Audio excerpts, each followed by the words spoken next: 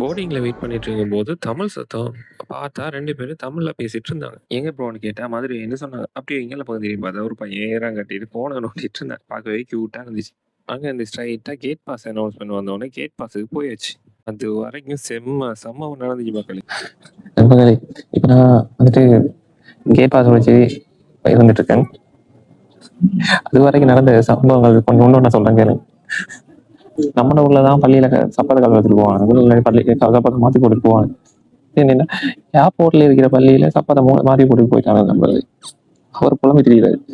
ரெண்டாவது வந்துட்டு கேட் பாஸ்ல இருந்து மெட்டல் லைக் கத்திரிக்கோளோ இல்லாட்டி ஊசி கூட எடுத்துட்டு வரையிலாது. இதுல உங்களால ஒரு மெயினான விஷயம் என்னன்னா கடைசியா முடிவெட்டும். ஸோ அதுக்காண்டி எல்லாரையும் கத்திரிக்கோள் பர்சனல் எடுத்துட்டு வர சொன்னது. பட் என்னடா அதை ஹேண்ட் லக்கேஜ்ல எடுத்துட்டு வந்துட்டாங்க. அது மெயின் லக்கேஜ்ல எடுத்துட்டு போயிருக்காங்க. ஹேண்ட் லக்கேஜ்ல எடுத்துட்டு வந்து கொண்டு வந்து எல்லா கத்திரிக்கோளையும் எடுத்துட்டு வந்து அவங்க போயிட்டு இருக்காங்க. இப்படி ஒவ்வொன்றா செம்ம சீன் நடந்துட்டு இருக்கு. அடுத்தடுத்து என்ன நடக்குதுன்னு சொல்லி அப்டேட் பண்றேன். ஸோ அங்கேருந்து நமக்கு டிரெக்டாக ஃப்ளைட்டுக்கு போயாச்சு மக்களே. ஏர் ஹோஸ்டஸ் என்ன வழியால் போய் பார்த்தா அங்கே ரொம்பவே சந்தோஷம். பிகாஸ் நமக்கு கிடைச்சது விண்டோ ஷீட். பொதுவாகவே பஸ் ட்ரெயினில் தான் விண்டோ ஷீட் இருந்து பழக்கம். இப்போ ஃப்ளைட்டில் ஒரு செம்ம வைப் இருக்கும்னு நினச்சேன். ஆனால் அதான் இல்லை. ஏன்னா நான் போனது நைட்டு 4 ஹவர்ஸ் ட்ராவல் பண்ணணுமே, அது மட்டும் ஏதாவது டைம் ஸ்பெண்ட் பண்ணுவோம். But FIFA world cup live ஏதாவது போடுவாங்கன்னு பார்த்தா அங்கே ஒன்றே காணும். பழைய வீடியோவே போட்டுட்டு இருந்தாங்க. சரி இது என்னடா இதுன்னு சொல்லி அந்த பட்டனை ப்ரெஸ் பண்ணால் கையில் ரிமோட் பிடிக்கிட்டு வந்துருச்சு.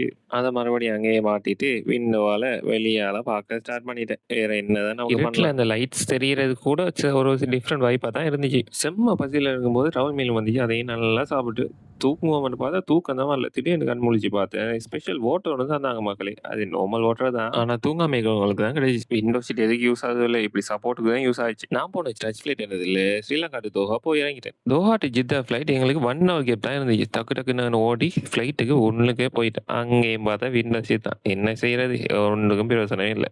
அந்த ஃப்ளைட்லேயே ஒரு மீல் தந்தாங்க. அந்த மீல் பிரியாணி மக்களே. பிரியாணியோட சேர்த்து பாயாசம்லாம் இருந்துச்சு. ஸோ அதையும் கொஞ்சம் நல்லாவே சாப்பிட்டேன். நிம்மதியா திருப்தியா சாப்பிட்டேன் உண்மையை சொல்லப்போனா. அப்படியோ ஜித்தா ஏர்போர்ட்டுக்கு வந்து இறங்கிட்டேன். ரொம்பவே எக்ஸைட்மெண்ட் இருந்தது. பிகாஸ் நான் கொஞ்ச நேரத்துல கபலோ பார்க்க போறேன். ஸோ அதுல எங்க என்ன நடந்துச்சுன்னு நெக்ஸ்ட் வீடியோல சொல்றேன். Until then by.